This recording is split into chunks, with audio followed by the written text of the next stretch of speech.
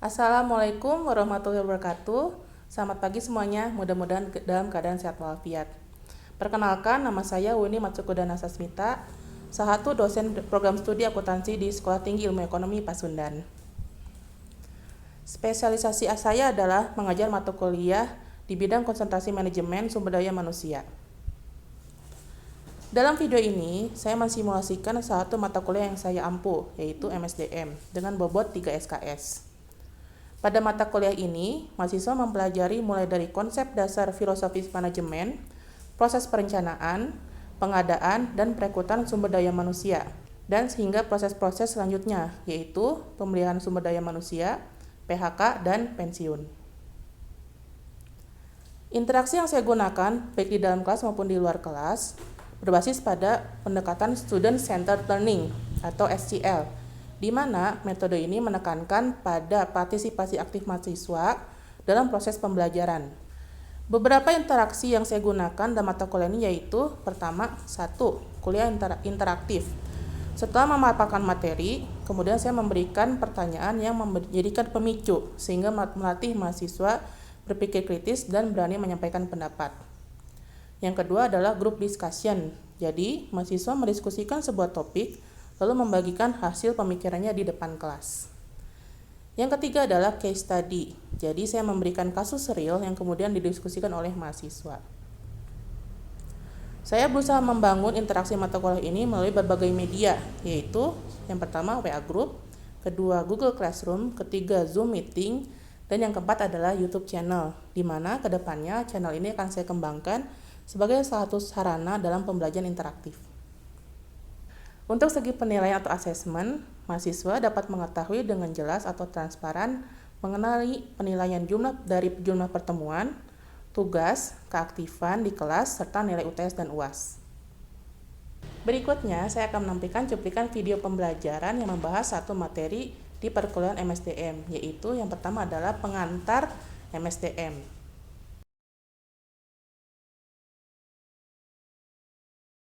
Assalamualaikum warahmatullahi wabarakatuh. Apa kabar kelas manajemen A? Waalaikumsalam warahmatullahi wabarakatuh. Baik, Bu. Alhamdulillah. Gimana, pada sehat semua? Sehat ya? Alhamdulillah. Sehat selalu. Iya, oke. I'm very happy to meet you again. Saya senang banget bisa ketemu lagi di perkuliahan hari ini. Oke, hari ini kita akan membahas satu materi seperti yang saya bilang kemarin. Kita akan membahas tentang namanya manajemen sumber daya manusia.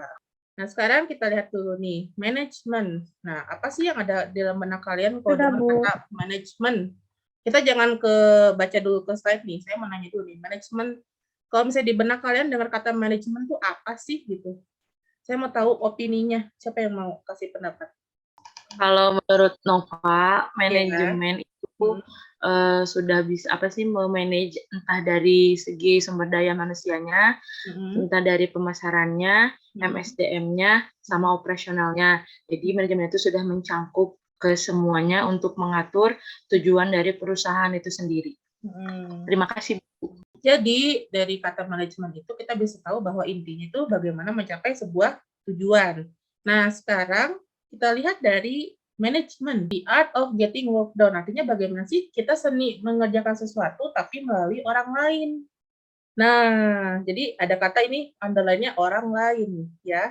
Kemudian ada juga yang kalimat keduanya, the art of using people to reach the organization's goal. Artinya bagaimana sih kita bisa menggunakan orang lain untuk mencapai tujuan organisasi.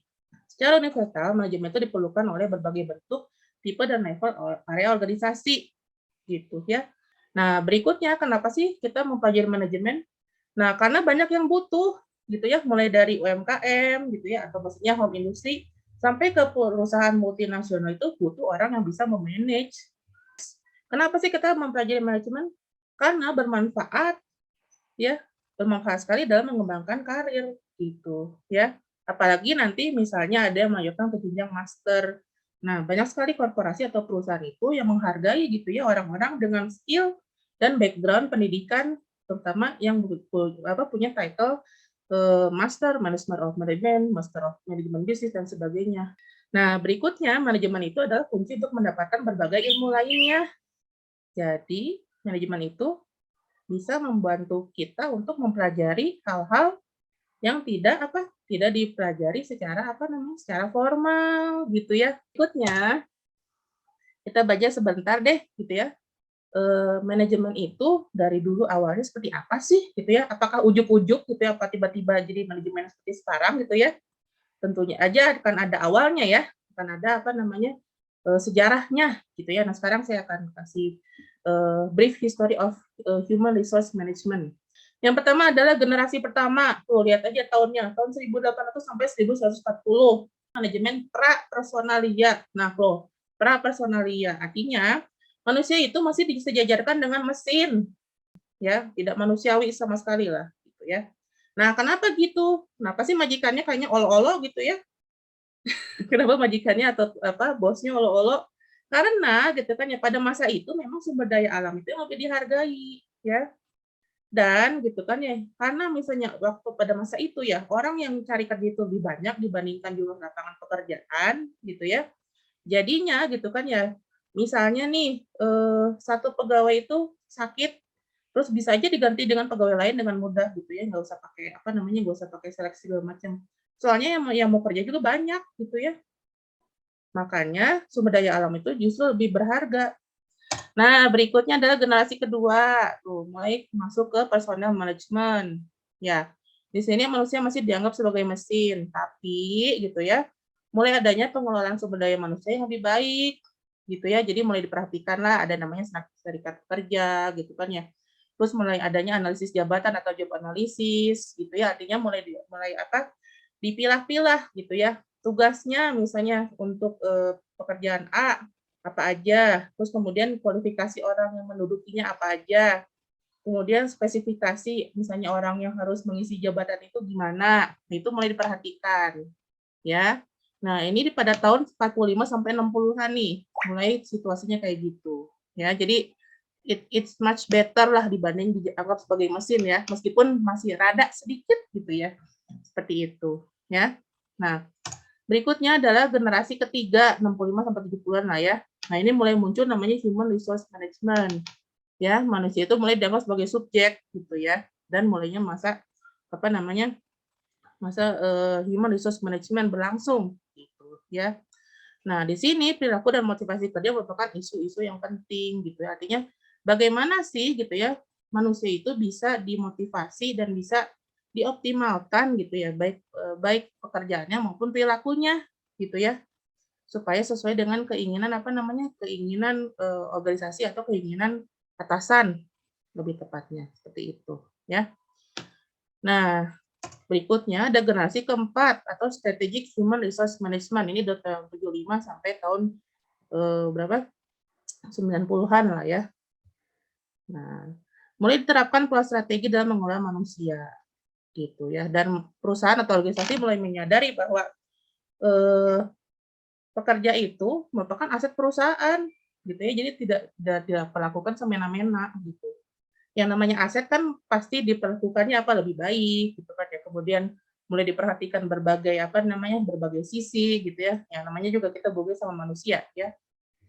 Jadi tidak sama dengan mesin gitu ya. Itu sudah disadari betul gitu ya. Nah, ini generasi kelima atau 2000 sampai sekarang nih gitu ya. Ada kata brainware management. Tuh lihat. Brainware management artinya adalah kesatuan antara brain, otak gitu ya, mind, pikiran, dan body secara keseluruhan gitu ya. Artinya bukan hanya yang bisa bekerja aja atau bisa capai target aja, tapi mulai menekankan pada sisi kreativitas ya, yang kreatif, yang unik gitu kan ya, itu yang lebih dihargai gitu ya. Jadi makanya namanya juga perubahannya itu bukan pelatihan saja. Kalau pelatihan kan murni skill, satu mentok gitu ya. Tapi ini mulai ke educate atau pendidikan, artinya secara keseluruhan harus bisa terintegrasi gitu ya. Jadi nggak cuma satu skill doang, tapi bagaimana sih seorang pegawai atau seorang staff gitu ya bisa dioptimalkan kemampuannya gitu dengan diberi kesempatan mendapatkan pendidikan gitu ya. Nah, ini istilahnya juga manusia itu sebagai human capital investment tuh. Keren ya, human capital investment gitu ya. Jadi ketika sebuah perusahaan punya karyawan, artinya karyawan-karyawan itu adalah aset-aset penting mereka, gitu ya. Jadi bisa dilihat pada perusahaan-perusahaan besar gitu ya, seperti Google gitu ya, Apple dan sebagainya. Ada yang pernah lihat nggak di YouTube atau di mana gitu, kantornya kayak gimana kira-kira? Keren banget ya. Jadi Iya, Bu. ada apa, ada ruang makannya, dikasih segala macam ya. Terus kemudian ada ruang relaksasi, ada ruang apa namanya, biar nggak stres tuh ruang apa sih namanya? Ada ruang main game gitu kan ya. Ada ruang apa namanya lagi, mencari ide dan sebagainya. Kenapa? Karena gitu kan yang mereka nggak murni, istilahnya tuh nggak murni apa, kerja di belakang meja tok gitu aja. Kan yang namanya kreativitas itu bisa muncul di mana aja ya. Jadi tiba-tiba ting ada ide gitu ya. Nah, itu di perusahaan-perusahaan seperti itu benar-benar di apa namanya, dimanjakan gitu, dihargai ya.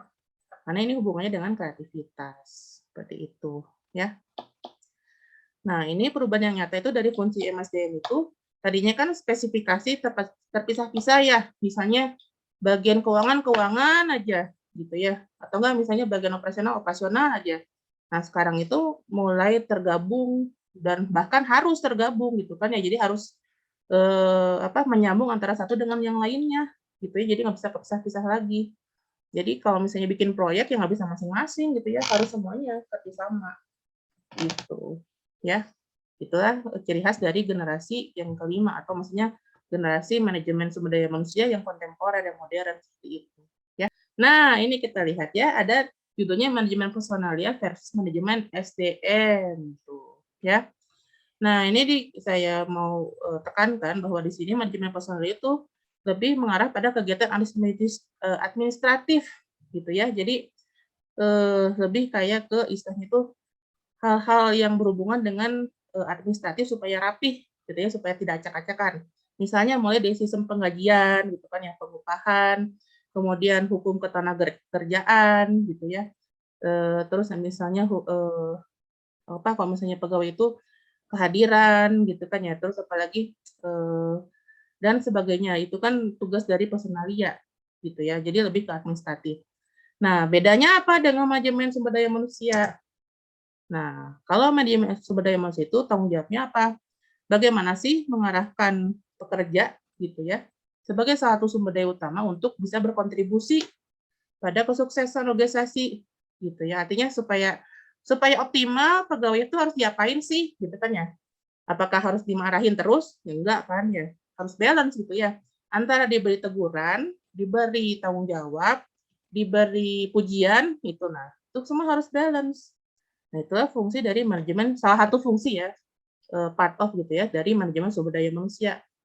Nah, ini berdasarkan fungsinya atau human resource management ada beberapa nih menurut pendapat para ahli ya. Ada yang namanya dari TRI itu ada POAK ya, planning, organizing, evaluating sama controlling. Ada yang GULIK gitu ya. Planning, organizing, staffing, directing, coordinating, reporting, budgeting tuh. Ya, ini masuk ke budgeting nih ya, budget. Nah, berikutnya ada juga file tuh. Planning, organizing, commanding, coordinating, controlling. Makanya dia bilang PO C3 gitu ya. C semua. Gitu ya. Dari cons gitu ya, ada planning, organizing, staffing, directing, controlling.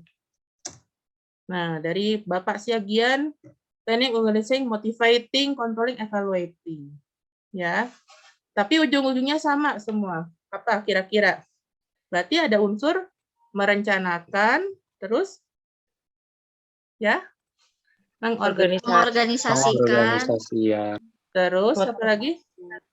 Pengawasan dan evaluasi. Betul ya. Nah, tadi udah ke pendapat para ahli. Sekarang kita ke tugas-tugas nyata nih ya. Human Resource Management tugas-tugasnya apa aja sih? Nah, nanti kalau misalnya kalian udah terjun ke dunia kerja, yang bagian HRD itu pertama biasanya ngatur kompensasi ya, mulai dari gaji, insentif, benefit, dan sebagainya. Ya. Kemudian yang kedua adalah performance management atau memantau kinerja. Gitu ya. Jadi misalnya nih, siapa? Anissa kerjanya bener nggak nih? Gitu ya. Misalnya dalam 1 tahun dia banyak bolos nggak? Gitu. Nah, itu tugas dari Human Resource Management atau bagian HRD gitu ya, memantau kinerja pegawai. Yang kemudian adalah health and safety. Nah, ini apakah di tempat kerja itu mereka kesehatannya sama keamanannya terjamin enggak gitu ya. Managing relations. Nah, ini yang gampang-gampang susah. Gimana caranya gitu ya? Karyawan satu perusahaan gitu ya bisa akur gitu ya. Gimana caranya supaya akur? Ada yang pendiam, berantemnya sama yang cerewet gitu ya. Kira-kira bakal gimana ya gitu. Nah, itu salah satu tugas HRD atau Human Resource Management supaya orang-orangnya itu betah gitu ya. Jangan sampai dikit-dikit keluar gitu ya. Oke, ada yang mau tahu bulat? Barangkali lapar. Oke, back ke topik ya, udah jangan didengerinnya tahu bulatnya. Oke, yang kemudian adalah membangun dan mendesain sistem ya yang memfasilitasi restrukturisasi organisasi gitu ya. Artinya gimana caranya sih gitu ya ketika sebuah perusahaan itu bisa terus maju gitu ya. Jangan stuck di situ terus. Nah, itu fungsinya gitu ya, dan yang satu tugas yang berat tentunya ya. Nah, berikutnya adalah job analysis, tadi udah dijelasin ya. Jadi bagaimana sih ketika menciptakan sebuah posisi itu, apa saja yang harus diperhatikan, mulai dari tugas-tugasnya, terus siapa yang mendudukinya, gitu ya, kualifikasinya dan sebagainya itu tugasnya, gitu ya. Nah, berikutnya adalah planning labor needs atau merencanakan hal-hal yang berhubungan dengan kebutuhan pegawai atau kepegawaian, gitu ya. Berikutnya rekrutmen, seleksi, promosi, transfer dan sebagainya termasuk PHK gitu ya. Itu salah satu tugas dari Human Resource Management. Yang terakhir adalah orientation sama training gitu ya. Jadi bagaimana sih ketika mereka sudah satu organisasi ya, udah punya pegawai, bagaimana sih mengatur karir mereka, terus kemudian apakah butuh juga pelatihan, apa juga butuh diberikan pendidikan dan sebagainya. Itu juga tugas gitu ya, bagaimana sih supaya aset yang sudah dimiliki bisa terus berkembang gitu ya. Lanjut ya dikit lagi ya. Nah, berikutnya adalah gitu ya tujuan atau objektif dari Human Resource Management. Yang pertama adalah bisa dilihat di sini mengembangkan dan mempertahankan kualitas situasi kerja gitu ya, biar gimana caranya gitu kan ya, supaya kerja itu jadi something fun gitu ya, jadi sesuatu kegiatan yang menarik. Nah, itu kan susah ya. Nah, yang kedua, mengkomunikasikan kebijakan sumber daya manusia pada seluruh pegawai. Nah, jadi kalau misalnya ada kebijakan atau misalnya ada suatu perubahan situasi gitu ya, itu tugasnya adalah dari Human Resource Management gitu ya. Jadi ada informasi apapun harus sampai pada pegawai gitu ya. Nah, berikutnya adalah mempertahankan kebijakan etis dan perilaku yang bertanggung jawab secara sosial. Artinya biar gimana semuanya itu terkondisikan gitu ya. Jadi semuanya happy gitu. Jangan sampai ada namanya kesenjangan antara yang top management terus sama middle management sampai level staff. Berikutnya, mengelola perubahan untuk saling menguntungkan individu gitu ya. Terus menguntungkan kelompok dan juga perusahaan dan publik. Kenapa sih Human Resource Management itu penting buat semua manajer gitu ya? Nah, kita lihat satu persatu ya. Yang pertama, to ensure the right personnel is hired, gitu ya, the right person on the right place. Jadi, untuk memastikan bahwa ketika mempekerjakan seseorang itu, dia diberikan posisi atau jabatan yang sesuai, gitu ya. Yang kedua adalah bagaimana sih supaya bisa mereduce turnover. Oke, nah berikutnya adalah to ensure that people are doing their best gitu ya. Jadi memastikan bahwa semua orang atau semua pegawai atau semua karyawan melakukan yang terbaik gitu ya. Jadi jangan sampai ada yang hari-hari misalnya yang rajin-rajin gitu ya, yang males-males gitu. Nggak boleh kayak gitu ya. Nah, yang berikutnya adalah seperti yang tadi saya bilang memastikan bahwa tidak buang-buang waktu dan tidak melakukan interview yang interview yang sia-sia. Jadi istilahnya tuh kalau misalnya memang sudah ngerekrut ya udah itu yang yang di-hire. Nah, ini diskusi, menurut pendapat Anda, gitu kan ya, manakah dari tantangan lingkungan, organisasi, dan individu yang paling penting bagi manajemen sumber daya manusia di abad ke-21 atau misalnya abad sekarang yang terkini? Dan yang mana yang kurang penting? Coba, silakan dipahami dulu pertanyaannya. Oke, Mangga, siapa? Dewi. Oke, gimana? Silakan, pendapatmu gimana? Kalau menurut saya sih tantangan yang paling penting bagi manajemen itu di organisasinya, karena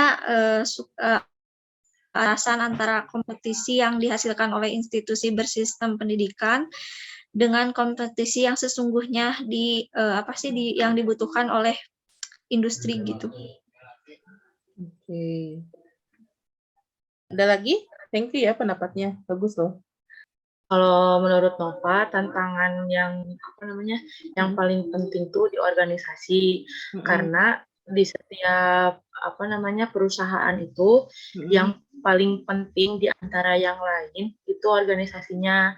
Karena kita tuh, misal Nova sebagai karyawan melihat organisasi itu dari yang atas dulu. Kalau dari atasnya udah bagus, udah emang bisa mengayomi si karyawannya, baru nanti ke bawahnya juga akan mengikuti yang atas. Tapi kalau misalnya dari segi strukturalnya dari atasnya udah nggak benar, otomatis nanti yang ke bawahnya juga nggak akan bisa terstruktur baik secara si SOP perusahaannya ataupun emang dari peraturan per divisi itu.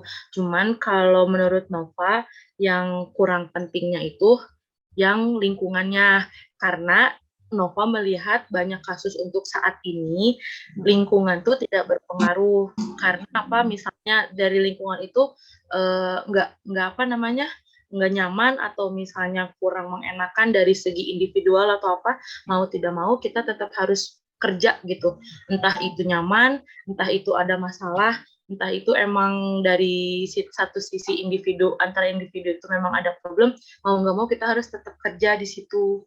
Nah, jadi lingkungan kalau menurut Nova tidak terlalu penting, karena bersikap profesional aja sih kalau menurut Nova. Sekian, Bu. Oke. Wow, mantap. Jadi ada yang pendapat juga lingkungan itu sebenarnya it has a little effect gitu ya, jadi efeknya sedikit sih gitu ya. Oke, good. Ada lagi barangkali yang punya pendapat beda? Satu orang lagi deh. Ya, Enggak. untuk yang paling penting itu yang pertama ada tantangan individu, Bu. Karena kan tantangan individu itu hampir selalu mencerminkan apa sih yang terjadi pada organisasi. Terus kan ada hubungannya ya, Bu, antara organisasi dengan individu. Sedangkan untuk contohnya itu untuk tantangan individu itu sebagaimana kita melewati rasa malas yang kita rasa sekarang, Bu. Untuk yang kurang pentingnya itu saya juga setuju dengan Nova untuk tantangan lingkungan, Bu.